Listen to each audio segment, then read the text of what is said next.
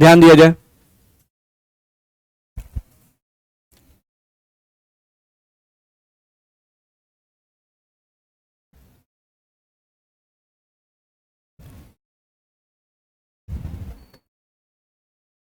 चलो ध्यान दिया जाए। ऑर्डर ऑफ रिएक्शन ये हम लोग का टर्म है, थोड़ा सा केयर करो।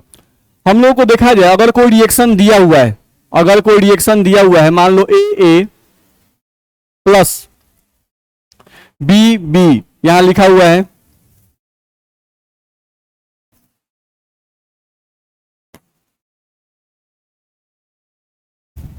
ये कन्वर्ट कर रहा है सी सी डी डी, ठीक है। इसमें रिएक्टेंट कौन है? ए, रिएक्टेंट कौन है? बी, प्रोडक्ट कौन है? सी, और प्रोडक्ट कौन है? डी।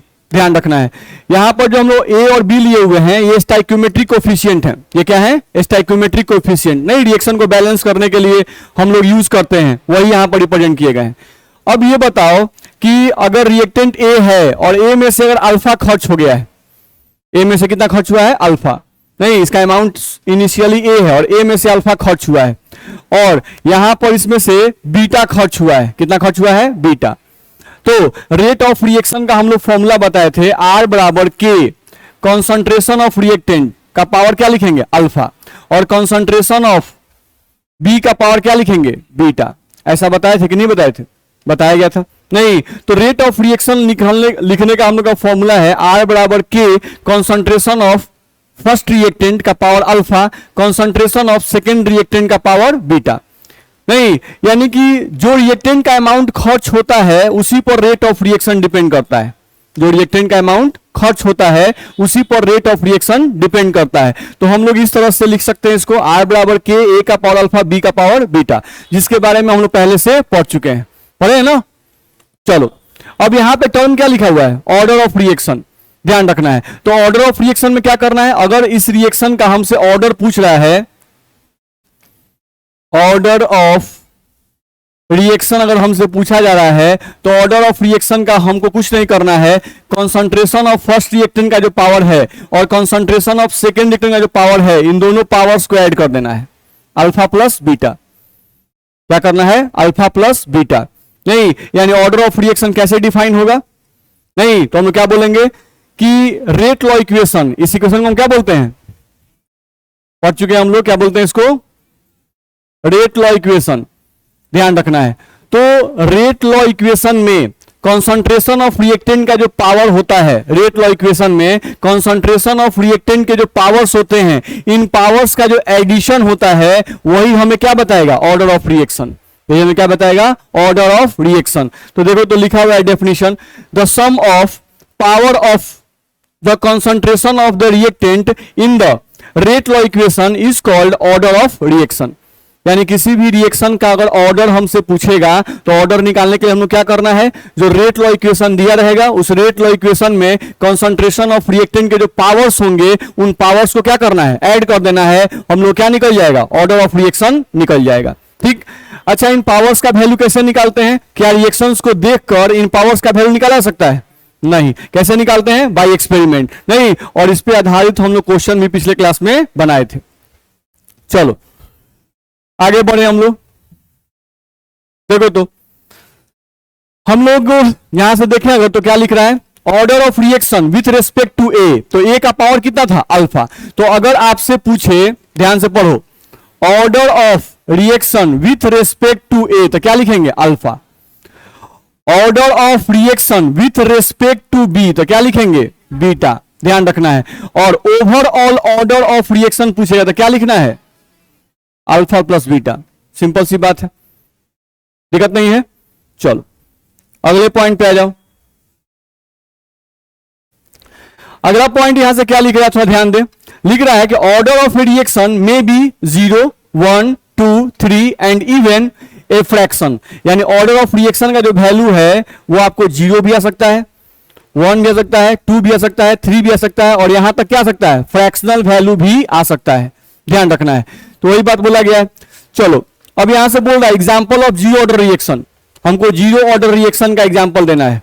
नहीं, तो हम पहले भी बोल रहे हैं कि ऑर्डर ऑफ रिएक्शन का वैल्यू, ऑर्डर ऑफ रिएक्शन का वैल्यू थ्योरेटिकली नहीं हम लोग प्राप्त कर सकते हैं। ऑर्डर ऑफ रिएक्शन का जो वैल्यू है वो कैसे निकलेगा, बाय एक्सपेरिमेंट। कैसे निकलेगा, बाय एक्सपेरिमेंट, ध्यान रखना है, ठीक। तो कुछ ऑर्डर ऑफ रिएक्शन जो है उनको आपको डायरेक्टली याद करना पड़ेगा। कुछ ऑर्डर ऑफ रिएक्शन है उनके एग्जांपल्स को आपको डायरेक्टली याद करना पड़ेगा, ध्यान रखना है। तो चलो पहला क्या दिया हुआ है, जीरो ऑर्डर रिएक्शन। तो जीरो ऑर्डर रिएक्शन के लिए एग्जांपल देखा जाए तो लिखा हुआ है decomposition of ammonia in presence of a catalyst. तो हम यहां से लिख रहे हैं, देखो तो अमोनिया NH3 और ये डिकम्पोज करेगा यानी टूटेगा N2+3H2 में, लिख दिया हम लोग। अमोनिया टूटता है N2+3H2 में, हम तोड़ दिए। अब यहां से हमको रेट ऑफ रिएक्शन लिखना है। तो रेट ऑफ रिएक्शन का फॉर्मूला हम लोग को बताया गया है, R बराबर K और कॉन्सेंट्रेशन ऑफ रिएक्टेंट। तो इसमें रिएक्टेंट कौन है, NH3। तो हम यहां पर NH3 लिखेंगे, ध्यान रखना है। और इसका पावर कितना देंगे, क्या लिखा हुआ है, जीरो ऑर्डर रिएक्शन। तो पावर क्या जाएगा, जीरो। नहीं, तो ये पावर कहां से मिलता है, बाय एक्सपेरिमेंट। ये पावर कहां से मिलता है, बाय एक्सपेरिमेंट मिलता है। नहीं, एक्सपेरिमेंटल वैल्यूज दिए रहते हैं, उसके आधार पे हम लोग अल्फा और बीटा का वैल्यू कैलकुलेट करते हैं, जो कि हम लोग पिछले क्लास में कैलकुलेट किए थे, ध्यान रखना है। तो अगर देखा जाए तो डिकम्पोजिशन ऑफ अमोनिया के लिए रेट लॉ इक्वेशन कुछ इस तरह से लिखा जाएगा, सेम एज दूसरा। देखो क्या लिखा हुआ है, फोटोसिंथेसिस ऑफ HCl, यानी HCl का फॉर्मेशन कैसे होता है, H2 प्लस Cl2, और H2 और Cl2 से क्या बनता है, 2HCl। HCl हम लोग का बन गया। अब इसका कोई बोलता है कि रेट लॉ इक्वेशन लिखो, तो हम क्या लिखेंगे, R is equal to K, और यहां से लिखेंगे H2 का पावर कितना, 0, और Cl2 का पावर भी कितना, 0। नहीं, क्योंकि ये भी एग्जांपल किसका है, जीरो ऑर्डर रिएक्शन का। तो ये एग्जांपल आपको याद करने होंगे, ध्यान रखना। ये एग्जांपल हम क्या करने पड़ेंगे, याद करने पड़ेंगे। तो कोई पूछता है कि जीरो ऑर्डर रिएक्शन का एग्जांपल दो, तो या तो आप ये बताइए फोटोसिंथेसिस ऑफ HCl, नहीं, या तो आप बताइए decomposition of ammonia in presence of a catalyst. यहां पर कैटलिस्ट कौन सा यूज किया जाता है, मोलिब्डेनम। तो ध्यान रखना है। तो ये दोनों एग्जांपल जीरो ऑर्डर रिएक्शन के हैं। जीरो ऑर्डर रिएक्शन का मतलब क्या हुआ जी, जीरो ऑर्डर रिएक्शन का मतलब हुआ कि कॉन्सेंट्रेशन ऑफ रिएक्टेंट का पावर क्या आएगा, जीरो। नहीं, अच्छा, दूसरा मतलब क्या हुआ, जीरो ऑर्डर रिएक्शन का दूसरा मतलब क्या हुआ, ये बता रहा है अगर कॉन्सेंट्रेशन ऑफ रिएक्टेंट का पावर जीरो आ गया तो सोचो किसी भी चीज का पावर अगर जीरो होते हैं तो वैल्यू कितना आता है, 1। नहीं, तो यहां से अगर हम लिखेंगे, इसको ही लिखें, तो यहां पर R इज इक्वल टू क्या आएगा, K। यहां भी निकालेंगे तो R इज इक्वल टू क्या आएगा, K, क्योंकि H2 का पावर जीरो तो वैल्यू 1, Cl2 का पावर जीरो तो वैल्यू क्या आएगा, 1। यानी कि ये ऑर्डर ऑफ रिएक्शन हमें क्या बताता है, ये ऑर्डर ऑफ रिएक्शन हम लोग को बता रहा है कि यहां पर जीरो ऑर्डर रिएक्शन में रिएक्टेंट के कॉन्सेंट्रेशन पर रेट ऑफ रिएक्शन डिपेंड नहीं करेगा। रिएक्टेंट के कॉन्सेंट्रेशन पर रेट ऑफ रिएक्शन डिपेंड नहीं करेगा। यानी कि आप बर्तन में H2 ले लो, एक बर्तन ले लो और उस बर्तन में H2 डाल दो, उस बर्तन में Cl2 गैस को भर दो, H2 गैस भर दिए, Cl2 गैस भर दिए। हम कितना भी H2 गैस और कितना भी Cl2 गैस बर्तन में भर दें, नहीं, H2 गैस और Cl2 गैस के बीच में कोई रिएक्शन नहीं होगा। H2 और Cl2 गैस के बीच में कोई रिएक्शन नहीं होगा, यानी रिएक्टेंट प्रोडक्ट में कन्वर्ट नहीं करेगा, ध्यान रखना है। यानी कि रिएक्शन का रेट जो है वो H2 और Cl2 के मात्रा पर डिपेंड नहीं कर रहा है। नहीं, अच्छा, तो H2 और Cl2 के बीच में रिएक्शन बन के तो आप HCl बनाए हैं, ये कैसे बन गया है, तो आप याद करो, पिछले क्लास में बताए थे कि H2 और Cl2 के बीच का रिएक्शन किस पे डिपेंड करता है, लाइट एनर्जी पे डिपेंड करता है। H2 और Cl2 के बीच का रिएक्शन जो है ये लाइट एनर्जी पे डिपेंड करता है। हम लोग बर्तन ले लें, H2 डाल दिए, Cl2 डाल दे, नहीं, H2 और Cl2 अगर बर्तन में है तो उनके बीच में तब तक रिएक्शन नहीं होगा जब तक हम लाइट एनर्जी सप्लाई नहीं करेंगे। लाइट एनर्जी सप्लाई करेंगे तब जाके H2 और Cl2 के बीच में रिएक्शन होगा और रिएक्टेंट प्रोडक्ट में कन्वर्ट करेंगे, ध्यान रखना है। तो इसका मतलब हुआ कि रिएक्शन का जो स्पीड है वो किस पे डिपेंड कर रहा है, लाइट एनर्जी पर, ना कि H2 और Cl2 की मात्रा पर। मेरी बात समझ आ रही है। तो एक ऐसा रिएक्शन, जीरो ऑर्डर रिएक्शन का मतलब क्या हुआ, एक ऐसा रिएक्शन जिसमें रिएक्शन का स्पीड, एक ऐसा रिएक्शन जिसमें रिएक्शन का स्पीड रिएक्टेंट के अमाउंट पर डिपेंड नहीं करता है, ध्यान रखना है। एक ऐसा रिएक्शन जिसमें रिएक्शन का स्पीड रिएक्टेंट के अमाउंट पे डिपेंड नहीं करता है, रिएक्टेंट के अमाउंट के अलावा किसी और चीज पे डिपेंड करे, तो उस रिएक्शन को हम लोग क्या कहेंगे, जीरो ऑर्डर रिएक्शन। अब जैसे यहां देखो, यहां पर बोल रहे हैं कि अमोनिया टूट रहा है कौन सी में, N2 और H2 में, नहीं, तो अमोनिया तब तक नहीं डिकम्पोज करेगा N2 और H2 में जब तक हम मोलिबेडम कैटलिस्ट यूज नहीं करेंगे। ये कैटलिस्ट जो है यूज करने के बाद ही अमोनिया N2 और H2 में टूटता है, ध्यान रखना है। तो यहां भी रिएक्शन का जो स्पीड है वो अमोनिया के मात्रा पे डिपेंड करेगा कि मोलिबेडम पे डिपेंड करेगा, मोलिबेडम पर डिपेंड करेगा, नहीं तो ध्यान रखना है। तो वैसे रिएक्शन जिसमें रिएक्शन का स्पीड कंसंट्रेशन ऑफ रिएक्टेंट पे डिपेंड नहीं करे, किसी और चीज पे डिपेंड करे, वैसे रिएक्शन को ही क्या कहते हैं, जीरो ऑर्डर रिएक्शन, ध्यान रखना है। चलो अगले पॉइंट पे आ जाओ, example of first order reaction. First order reaction का एग्जांपल देखना है, तो क्या दिया हुआ first example, decomposition of ammonium nitrate. तो अमोनियम नाइट्रेट पहले लिखो, ये आपका अमोनियम नाइट्रेट हो गया। नहीं, अब अमोनियम नाइट्रेट टूटता है,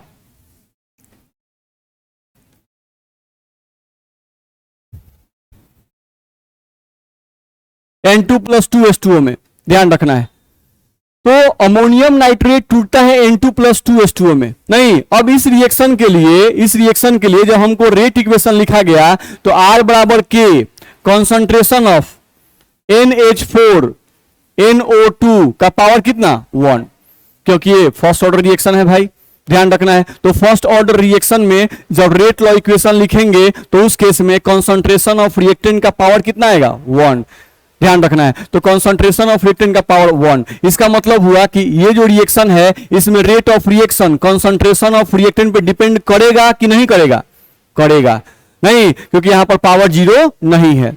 चलो यहां आ जाओ, डिकम्पोजिशन ऑफ H2O2 क्या लिखें, H2O2 को तोड़ो,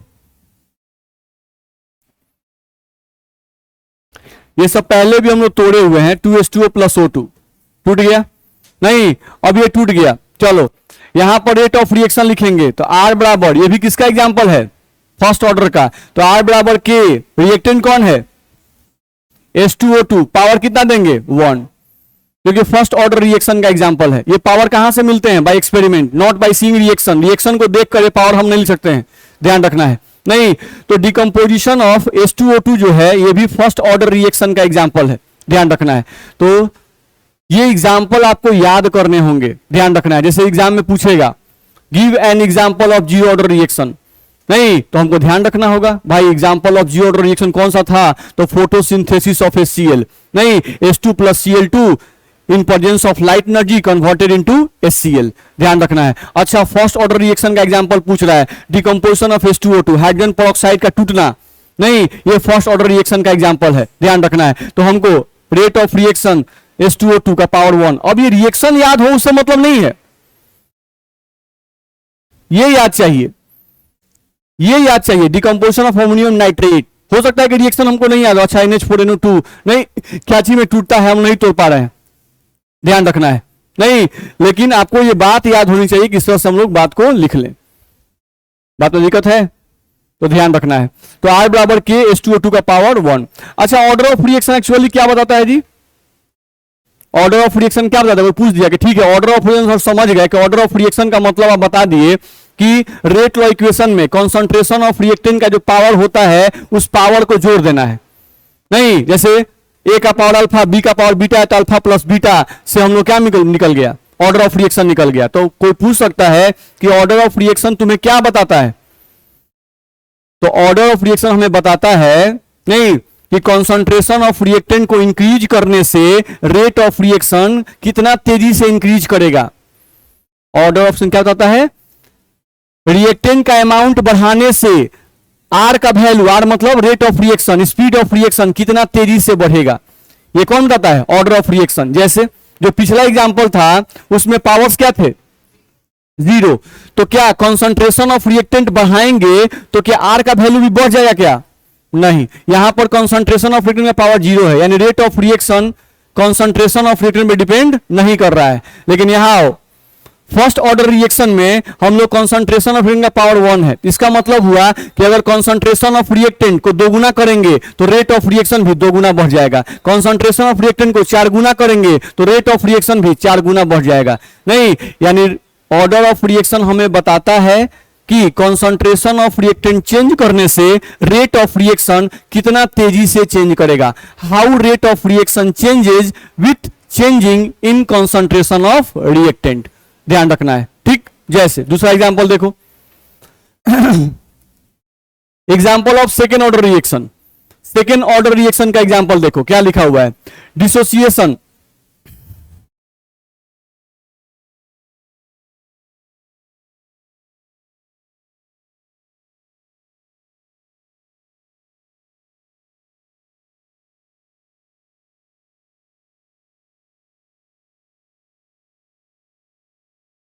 चलो, dissociation of HI, hydrogen iodide का टूटना, नहीं हाइड्रोजन आयोडाइड का टूटना किसका एग्जांपल है, सेकेंड ऑर्डर रिएक्शन का, 2HI टूट गया H2 प्लस I2 में। जब इसका रेट ऑफ रिएक्शन लिखा गया तो R बराबर K, HI का पावर कितना आया है 2, HI का पावर कितना आ गया 2, तो ये क्या बता रहा है, HI का पावर 2 आ गया, तो ये क्या बता रहा है, ये बता रहा है कि अगर कॉन्सेंट्रेशन ऑफ रिएक्टेंट को 2 गुना बढ़ाओगे तो रेट ऑफ रिएक्शन 4 गुना बढ़ जाएगा, अगर कॉन्सेंट्रेशन ऑफ रिएक्टेंट को 4 गुना बढ़ाओगे तो रेट ऑफ रिएक्शन 16 गुना बढ़ जाएगा। समझ में आ रही है मेरी बात। तो ऑर्डर ऑफ रिएक्शन क्या बताता है कि कॉन्सेंट्रेशन ऑफ रिएक्टेंट बदलने से रेट ऑफ रिएक्शन कितनी तेजी से बदल जाता है, ध्यान रखना है। ठीक, चलो अगले पॉइंट पे आ जाओ। यहां लिखा हुआ है example of third order reaction, नहीं example of third order reaction, तो उसका एग्जांपल दिया हुआ है 2NO प्लस O2, कन्वर्ट कर रहा है 2NO2 में। तो यहां देख लो रेट ऑफ रिएक्शन का फॉर्मूला लिखा हुआ है R बराबर K, NO का पावर 2 और O2 का पावर क्या होगा 1, नहीं तो यहां पे जब ऑर्डर ऑफ रिएक्शन निकालेंगे तो 2 प्लस 1 को जोड़ देंगे कितना आएगा 3, तो यहां पे ऑर्डर ऑफ रिएक्शन 3 है, ध्यान रखना है, दिक्कत है। ठीक, तो ये पॉइंट हम लोग को ध्यान रखना है कि इस तरह से हम लोग ऑर्डर ऑफ रिएक्शन, तो फिर से एक बार रिवाइज करें, हम लोग को पहला बात ध्यान रखना है ऑर्डर ऑफ रिएक्शन क्या है, नहीं तो ऑर्डर ऑफ रिएक्शन क्या कहा गया, रेट लॉ इक्वेशन में कॉन्सेंट्रेशन ऑफ रिएक्टेंट्स के जो पावर होते हैं उन पावर्स का जो सम होता है वही ऑर्डर ऑफ रिएक्शन है, पहला बात। दूसरा बात, ऑर्डर ऑफ रिएक्शन हमें क्या बताता है, तो ऑर्डर ऑफ रिएक्शन हमें बताता है कि कॉन्सेंट्रेशन ऑफ रिएक्टेंट बदलने से रेट ऑफ रिएक्शन कितना तेजी से चेंज करता है, इसकी जानकारी हमें ऑर्डर ऑफ रिएक्शन देता है। ठीक, third point, examples of order of reaction, तो ऑर्डर ऑफ रिएक्शन के जो भी एग्जांपल होंगे वो हम लोगों को याद करने पड़ेंगे, क्यों, क्योंकि ऑर्डर ऑफ रिएक्शन का जो वैल्यू होता है वो हम लोग किसी रिएक्शन को देखकर नहीं निकाल सकते हैं। क्या रिएक्टेंट के जो कोएफिशिएंट होते हैं, क्या उन्हीं कोएफिशिएंट को रिएक्टेंट के पावर कर दिया जाए तो ये करना सही है, नहीं सही है, हम लोग देख चुके हैं पहले भी। चलो, तो जीरो ऑर्डर रिएक्शन का एग्जांपल, तो जीरो ऑर्डर रिएक्शन का एग्जांपल कौन था, फोटोसिंथेसिस ऑफ HCl फर्स्ट और डिकम्पोजिशन ऑफ अमोनिया, नहीं ये दोनों ही जीरो ऑर्डर रिएक्शन के एग्जांपल थे। सेकंड, फर्स्ट ऑर्डर रिएक्शन, नहीं तो फर्स्ट ऑर्डर रिएक्शन में decomposition of H2O2 hydrogen peroxide, ये भी फर्स्ट ऑर्डर रिएक्शन का एग्जांपल है। फिर से फर्स्ट ऑर्डर रिएक्शन का example decomposition of ammonium nitrite, नहीं ये भी हम लोग किसका एग्जांपल है, फर्स्ट ऑर्डर रिएक्शन का एग्जांपल है। Same as second order reaction, तो डिकम्पोजिशन ऑफ HI, नहीं ये हम लोग का सेकेंड ऑर्डर रिएक्शन का एग्जांपल है। और थर्ड ऑर्डर रिएक्शन, नहीं तो reaction between NO and O2, ध्यान रखना है NO एंड O2, ध्यान रखना है, इनके बीच का जो रिएक्शन है वो थर्ड ऑर्डर रिएक्शन का एग्जांपल है। चलो अगला आ जाओ, क्या लिख रहा है इसमें, example of fractional order reaction, fractional order reaction के एग्जांपल ध्यान रखना है। तो अगर ध्यान दिया जाए तो यहां पर दिया हुआ है H2 प्लस Br2 क्या बन रहा है 2HBr, अब यही रिएक्टेंट हमारे पास है, नहीं तो रेट ऑफ रिएक्शन देखो तो लिखा हुआ है R बराबर K, H2 का पावर कितना है 1 है और Br2 का पावर कितना है 1/2, तो अगर ऑर्डर ऑफ रिएक्शन निकालेंगे तो दोनों को ऐड करेंगे 1 + 1/2 कितना आ गया 3/2, तो ऑर्डर ऑफ रिएक्शन फ्रैक्शनल आया कि नहीं आया, आया। तो क्या बोला गया था कि order of reaction may be 0, may be 1, may be 2, may be 3, may be fractional, ध्यान रखना ऑर्डर ऑफ रिएक्शन फ्रैक्शनल भी हो सकता है, 0 भी हो सकता है, 1, 2, 3 भी हो सकता है। ठीक, चलो अगले पॉइंट पे आ जाए।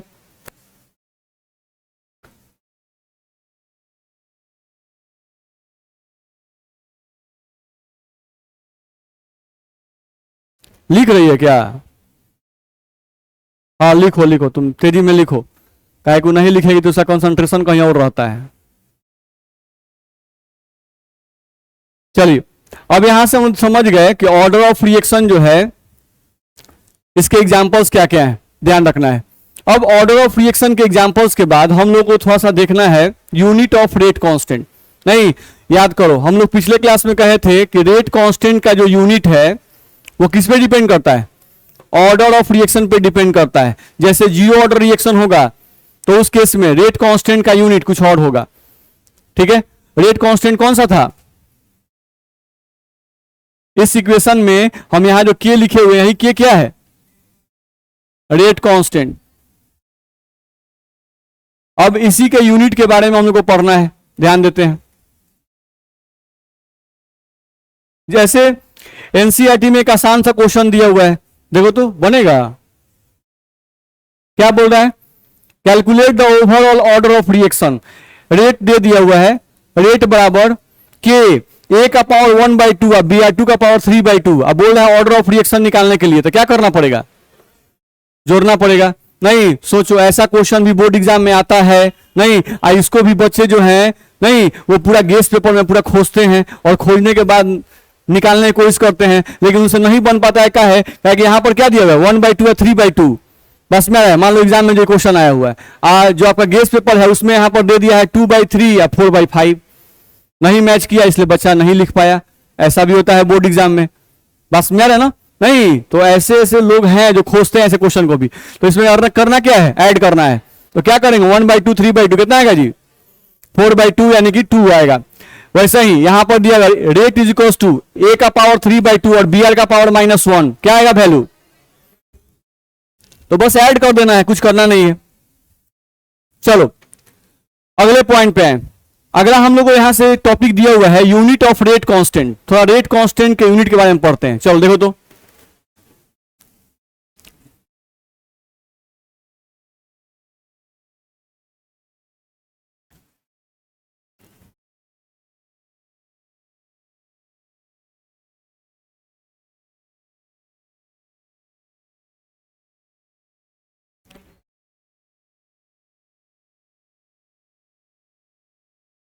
यहां से कोई रिएक्शन आपको दिया हुआ है, कोई रिएक्शन दे दिया।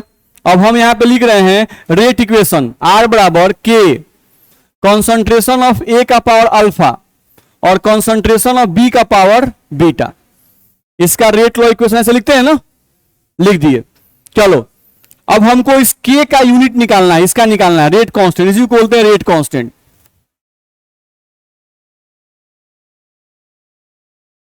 हमको इसी का यूनिट निकालना है। तो देखो तो हम क्या करें, के बराबर आर यही रहने दें, बट्टा में ये आ जाएगा, क्या आएगा ए का पावर अल्फा बी का पावर बीटा, लिख दिए। चलो यहां पर अगर देखा जाए तो हम फिर से लिख रहे हैं, यहां पर आर का मतलब क्या है रेट।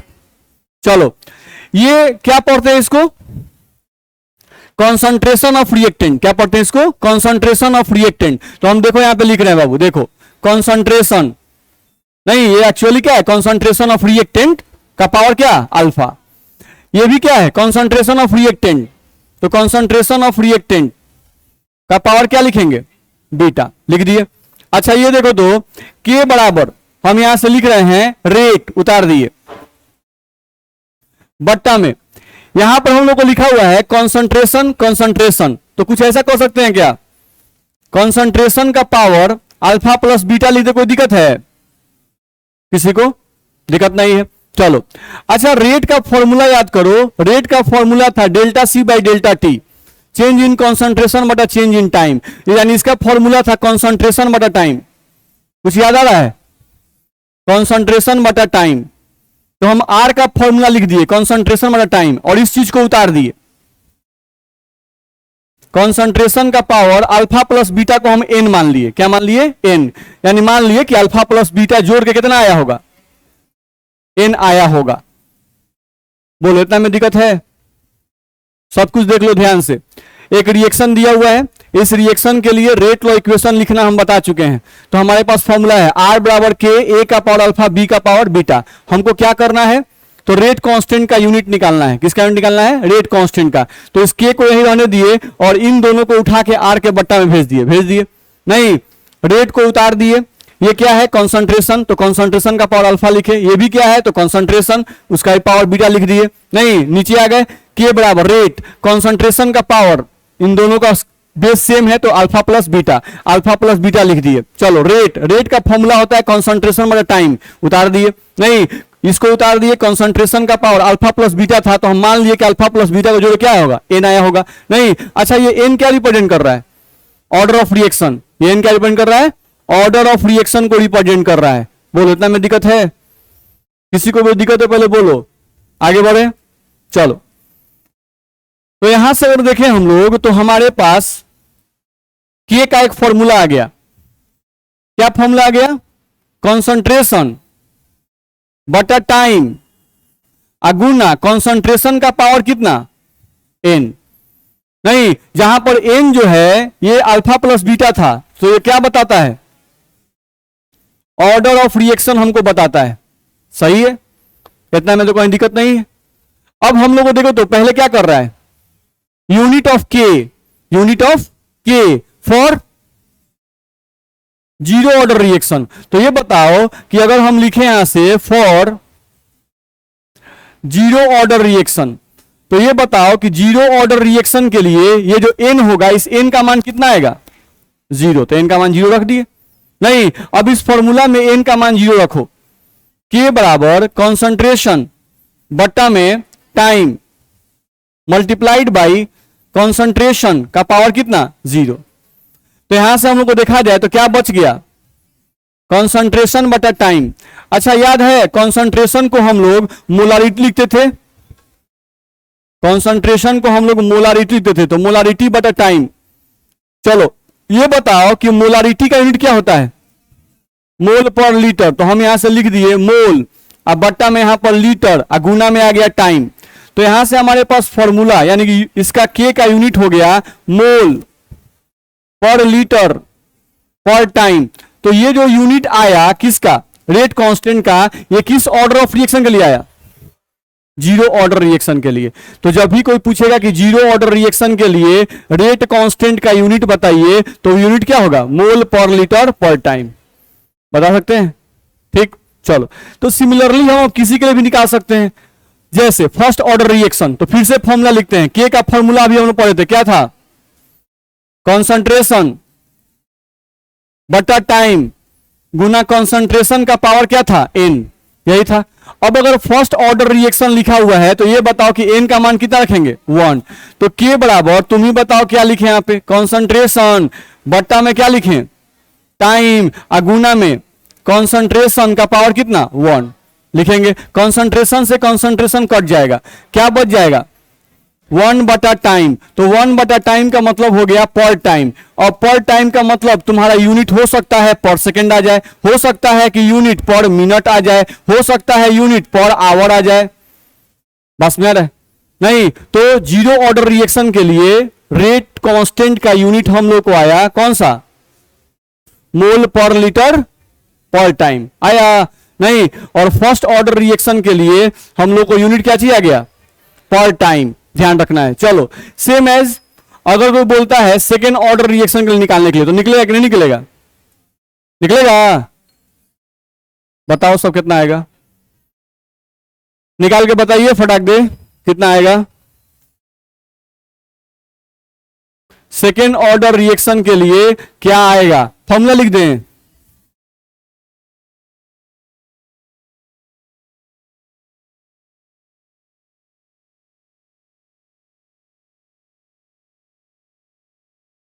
चलिए सेकेंड ऑर्डर रिएक्शन के लिए आपको रेट कांस्टेंट का यूनिट बताना है।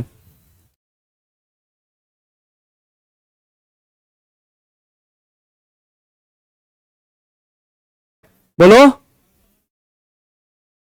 पर मोल पर लीटर पर टाइम, हम यहां लिख रहे हैं पर मोल पर लीटर पर टाइम, यही आया है, पर मोल पर लीटर पर टाइम। गजब कैलकुलेशन है आप लोग का, मोल होगा है, तो पर मोल तो यहां है, ये है गधा, बस यही होगा, क्या बात है।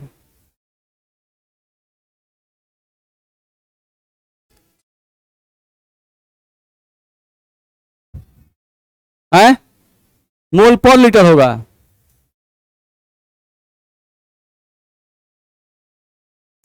यहां पर होगा लीटर पर मोल पर टाइम, यही होगा लीटर पर मोल पर टाइम। नहीं, अब बहुत गधा है कि सॉल्व कर रहा है पर मोल पर लीटर पर टाइम, इतना बेचैनी रहता है। के बराबर कॉन्सेंट्रेशन बट्टा में क्या है टाइम, गुणा कॉन्सेंट्रेशन का पावर कितना आएगा 2। के बराबर यहां लिखेंगे तो कॉन्सेंट्रेशन बट्टा में टाइम और गुना में, यहां पर सॉरी यहीं पे काट दें हम, यहां पे क्यों ले जा रहे हैं, यहां से कॉन्सेंट्रेशन हम काट देंगे तो हमारा के बराबर यहां बच जाएगा 1 बट्टा टाइम और गुना में क्या बच गया कॉन्सेंट्रेशन। अब ये बताओ 1 बट्टा टाइम और कॉन्सेंट्रेशन को हम लिखते थे मोल पर लीटर, मोलारिटी लिखते थे, तो इसका वैल्यू क्या होगा मोल पर लीटर, तो यहां से लिखेंगे मोल और बट्टा में लीटर, तो बट्टा में जो लीटर वो कहां से आ जाएगा ऊपर, ये हो गया। तो अगर हमको के का यूनिट लिखना हुआ तो के बराबर क्या लिखेंगे लीटर ऊपर रह गया और पर मोल पर टाइम, तो के का यूनिट सेकेंड ऑर्डर रिएक्शन के लिए हम लोग को आ जाएगा लीटर पर मोल पर टाइम, ध्यान रखना है। अब ऐसे भी बहुत सारे क्वेश्चन ऑब्जेक्टिव में आते हैं, ध्यान रखना है, ऐसे भी क्वेश्चन होंगे ऑब्जेक्टिव में हम लोगों को, देखो तो जिसमें आपको के का यूनिट दे देता है, नहीं के का आपको यूनिट दे देगा, जैसे वैल्यू कुछ दे दिया,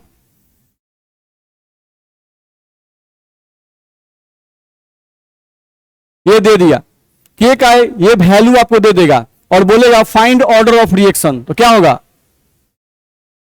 के का ये वैल्यू दे दिया और आपसे पूछ रहा है कि फाइंड ऑर्डर ऑफ रिएक्शन, तो क्या बोलेंगे फर्स्ट ऑर्डर रिएक्शन। हमको इस वैल्यू से मतलब नहीं है, यूनिट से मतलब है। नहीं तो अगर के का यूनिट पर सेकेंड दिया हुआ है यानी कि पर टाइम दिया हुआ है तो इसका मतलब ऑर्डर ऑफ रिएक्शन कितना होगा, ऑर्डर ऑफ रिएक्शन 1 होगा, ध्यान रखना है। ठीक, सेम क्वेश्चन देखो तो हम लोग को इसी पे आधारित एक और क्वेश्चन दिया गया था, नहीं क्या दिया गया था,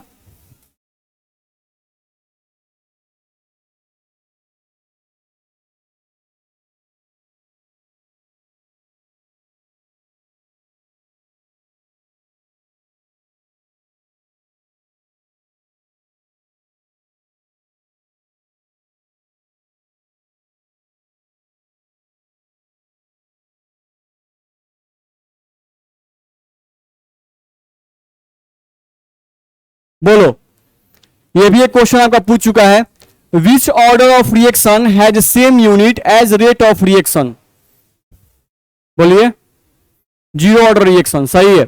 हम लोग को ध्यान रखना है कि आपको रेट ऑफ रिएक्शन का यूनिट पहले पढ़ाया गया है, रेट ऑफ रिएक्शन का फॉर्मूला क्या होता है कॉन्सेंट्रेशन बटा टाइम, कॉन्सेंट्रेशन को मोलारिटी लिखते हैं, मोलारिटी बटा टाइम, और मोलारिटी का यूनिट क्या होता है मोल पर लीटर, तो मोल पर लीटर ध्यान रखना, और ये टाइम ऊपर जाएगा तो क्या बनेगा पर टाइम।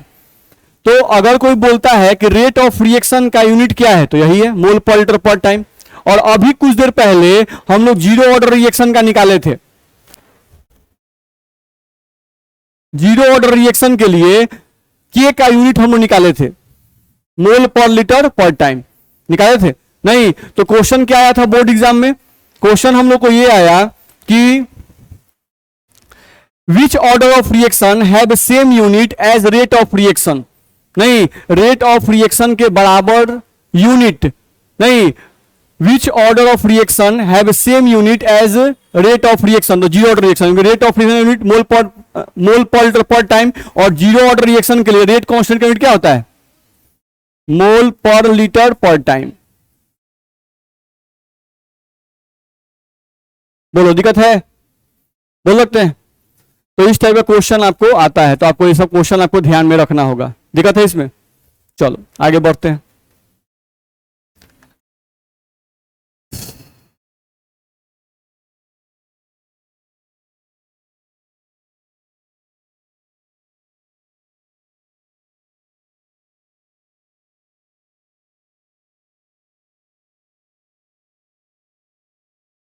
चलो ध्यान दें, यहां पर हम लोग को बोला गया है difference between rate of reaction and rate constant. तो हम लोग रेट ऑफ रिएक्शन भी पढ़ चुके हैं और रेट कांस्टेंट भी पढ़ चुके हैं। अब इन दोनों में क्या डिफरेंस है, ये क्वेश्चन भी आपके बोर्ड एग्जाम में पूछ चुका है। तो क्या डिफरेंस है, सिंपल डिफरेंस समझ लिया जाए।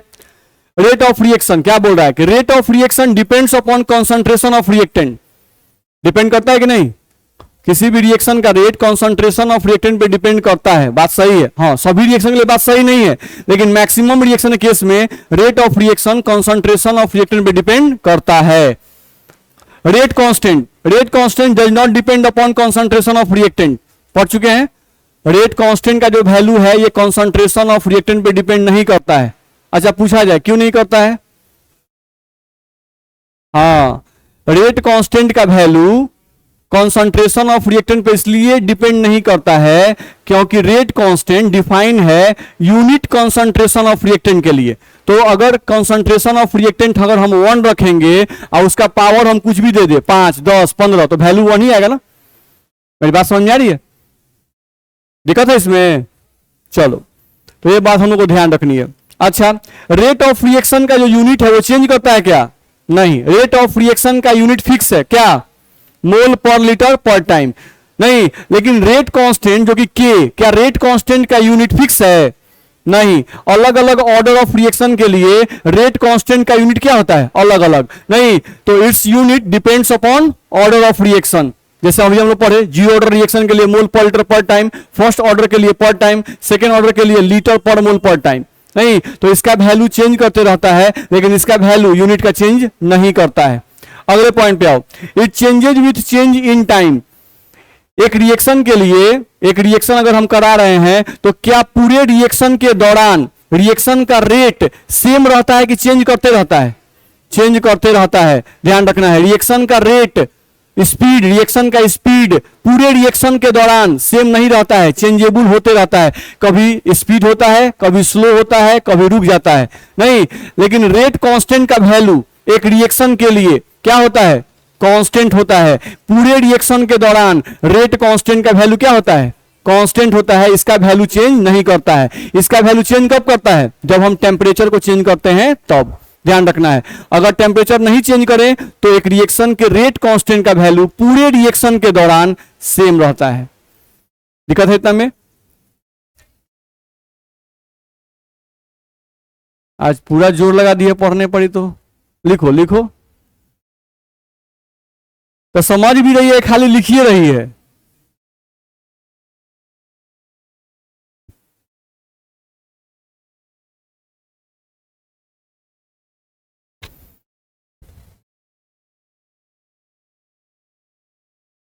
चलो यहां से ध्यान दो, अब एक टर्म आता है यहां पर एलिमेंट्री रिएक्शन। किस रिएक्शन को एलिमेंट्री रिएक्शन कहते हैं, ध्यान रखना है। तो एलिमेंट्री रिएक्शन का मतलब होता है वैसे रिएक्शन जो एक स्टेप में कंप्लीट हो जाते हैं, उन्हें क्या कहते हैं, एलिमेंट्री रिएक्शन। नहीं, those reaction which completed in one step is called as elementary reaction. वैसे रिएक्शन जो एक स्टेप में कंप्लीट है क्या बोलेंगे उनको, एलिमेंट्री रिएक्शन। जैसे combustion of petrol, combustion of petrol, petrol का जलना एक स्टेप में कंप्लीट होता है। आयनिक रिएक्शंस, नहीं, जैसे Na+ और Cl- के बीच का रिएक्शन हम कराएं, नहीं, तो ये क्या होते हैं, एक स्टेप में होते हैं। ध्यान रखना है। तो वैसे रिएक्शन जो एक स्टेप में कंप्लीट हो जाते हैं उनको हम क्या कहते हैं, एलिमेंट्री रिएक्शन।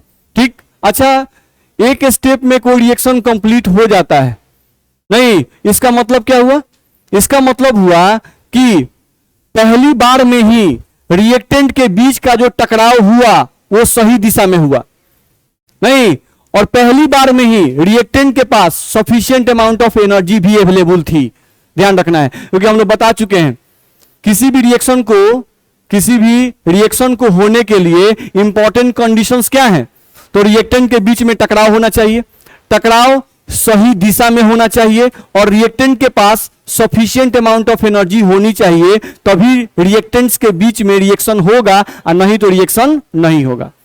तो अगर हम कह रहे हैं कि ये रिएक्शन एक स्टेप में कंप्लीट हो गया, यानी हम एक बर्तन में 2 रिएक्टेंट रखें, नहीं, अब एक ही बार पहली बार में ही टकराएं और रिएक्शन कंप्लीट हो गया, तो पहली बार में ही टकराएं और उनके बीच में रिएक्शन हो गया, इसका मतलब क्या हुआ कि उनके बीच में पहली बार में ही टकराव सही डायरेक्शन में हुआ होगा, उनके पास पहली बार में ही सफिशिएंट अमाउंट ऑफ एनर्जी भी अवेलेबल होगा, इसीलिए वो एक स्टेप में ही प्रोडक्ट का फॉर्मेशन कर दिए। ध्यान रखना है। तो जब भी कोई बोलता है कि एलिमेंट्री रिएक्शन, तो वैसे रिएक्शन जो एक स्टेप में कंप्लीट जाता है उन्हें कहते हैं एलिमेंट्री रिएक्शन। कोई पूछता है कि कोई रिएक्शन एक स्टेप में कैसे कंप्लीट हो सकता है, तो आप बताओ। नहीं कि पहली बार में ही रिएक्टेंट सही डायरेक्शन में टकराए और पहली बार में ही रिएक्टेंट के पास सफिशिएंट अमाउंट ऑफ एनर्जी थी, इसलिए रिएक्शन एक स्टेप में कंप्लीट हो गया। ठीक, चलो अगले पॉइंट पे आ जाओ। अगला लिखा हुआ है कॉम्प्लेक्स रिएक्शन। सिंपल है, वैसे रिएक्शन जो एक से ज्यादा स्टेप में कंप्लीट होते हैं उन्हें क्या कहते हैं, कॉम्प्लेक्स रिएक्शन। नहीं, those reaction which completed in various steps are called as complex reaction. जैसे एग्जांपल के लिए कॉम्प्लेक्स, COMPLEX, कॉम्प्लेक्स रिएक्शन, ध्यान रखना है। चलो एग्जांपल देखें। जैसे मान लो हमको कोई एग्जांपल दिया XY + 2Y + Z, और इससे हमको बनाना था M। क्या बनाना था, M। तो हमारा प्रोडक्ट क्या चाहिए, हमको M चाहिए। नहीं, और ये M प्रोडक्ट कैसे मिल रहा है, X, Y और Z आपस में जब रिएक्शन करेंगे तो हमको M मिल रहा है। अच्छा करते हैं, देखते हैं। पहले क्या हुआ कि X और Y आपस में रिएक्शन किए। X और Y जब आपस में रिएक्शन किए तो हमको प्रोडक्ट मिला O, लेकिन हमको तो O नहीं चाहिए, हमको क्या चाहिए, M। नहीं, तो X और Y रिएक्शन कर गए, O बन गया। O फिर से Y से रिएक्शन किया और Y से रिएक्शन करके ये हम लोग का बना दिया N। क्या बना दिया, N। अच्छा, लेकिन हमको N नहीं चाहिए, हमको M चाहिए। अब N जो था ये Z से रिएक्शन किया और रिएक्शन करके हमको बनाया M, यानी हमको M बन गया कि नहीं बन गया, बन गया। तो हमको यहां जो प्रोडक्ट चाहिए था M, ये प्रोडक्ट M कितने स्टेप में मिला, 3 स्टेप में। 1 स्टेप, 2 स्टेप, 3 स्टेप। तो वैसे रिएक्शन जो एक से ज्यादा स्टेप में कंप्लीट होते हैं, इसका मतलब वैसे रिएक्शन जिसमें रिक्वायर्ड प्रोडक्ट, हमको जो प्रोडक्ट चाहिए वो फर्स्ट स्टेप में नहीं मिला, सेकंड स्टेप में नहीं मिला, थर्ड स्टेप में मिला, नहीं, तो वैसे रिएक्शन क्या कहलाएंगे, कॉम्प्लेक्स रिएक्शन कहलाएंगे। इन तीनों रिएक्शंस को ऐड करो, इन तीनों रिएक्शंस को ऐड करो, क्या होता है, O N। चलो क्या क्या बच गया, X + Y/2Y प्लस क्या बचा, Z। अब बताओ प्रोडक्ट क्या बन गया, M। तो हमको जो रिक्वायर्ड रिएक्शन है ये इससे मैच कर रहा है कि नहीं कर रहा है, कर रहा है। मेरी बात समझ में आ रही है, नहीं। तो कॉम्प्लेक्स रिएक्शन का मतलब हुआ कि वैसे रिएक्शन जो एक स्टेप में कंप्लीट नहीं होते हैं, सेवरल स्टेप्स में कंप्लीट होते हैं, उन्हें हम लोग क्या बोलते हैं, कॉम्प्लेक्स रिएक्शन। मेरी बात समझ में आ रही है, नहीं। तो ये आपका कॉम्प्लेक्स रिएक्शन हुआ। अब हमको रिक्वायर्ड प्रोडक्ट यहां देखो 3 स्टेप्स में कंप्लीट हो रहे हैं, नहीं, तो 3 स्टेप में हमको रिक्वायर्ड प्रोडक्ट मिल रहा है। नहीं, आप इन तीनों स्टेप को जब जोड़ रहे हैं तो आपको ये रिएक्शन और ये रिएक्शन मैच कर रहा है कि नहीं कर रहा है, कर रहा है, ध्यान रखना है। तो कॉम्प्लेक्स रिएक्शन आपको समझ में आ गया होगा। अगला टर्म देखिए क्या लिखा हुआ है, मॉलिक्यूलरिटी ऑफ ए रिएक्शन। देखिए उसको ध्यान में नहीं है, क्या पूछ रही है उसे, कब छोड़ेंगे, हाँ बोलो, कुछ तो पूछ रही थी, पूछ रही थी कब छोड़ेंगे, नहीं जी, बिना मतलब का बताइए, टाइम हो गया है, 4-5 होने वाला है। नहीं, आई है कि पढ़ाए जा रहे हैं, पढ़ाए जा रहे हैं। अभी 11th में तुम्हारा भाई आ रहा है पढ़ने के लिए, नहीं, वो कंटिन्यू रहे तो बहुत बेहतर है पढ़ने में, बस में आ रहे ना। नहीं तो थोड़ा सा तुम भी उसे सीनियर हो, नहीं तो थोड़ा सा ध्यान दो। मॉलिक्यूलरिटी ऑफ ए रिएक्शन हम लोग केयर करना है यहां पर, मॉलिक्यूलरिटी ऑफ ए रिएक्शन। तो मॉलिक्यूलरिटी ऑफ ए रिएक्शन बिल्कुल सिंपल होता है। अभी आपको हम क्या पढ़ाए, एलिमेंट्री रिएक्शन पढ़ाए, नहीं, तो केयर करना है कि अगर आपको कोई एलिमेंट्री रिएक्शन दिया हुआ है, अगर उस एलिमेंट्री रिएक्शन, कोई भी रिएक्शन अगर एलिमेंट्री दिया हुआ है, उस एलिमेंट्री रिएक्शन में जितने रिएक्टेंट मॉलिक्यूल्स भाग लेते हैं, उन रिएक्टेंट मॉलिक्यूल्स के नंबर्स को ही, उन रिएक्टेंट मॉलिक्यूल्स के नंबर को ही मॉलिक्यूलरिटी ऑफ रिएक्शन कहते हैं। यानी मॉलिक्यूलरिटी ऑफ रिएक्शन क्या है, तो number of reactant molecules taking part in an elementary reaction.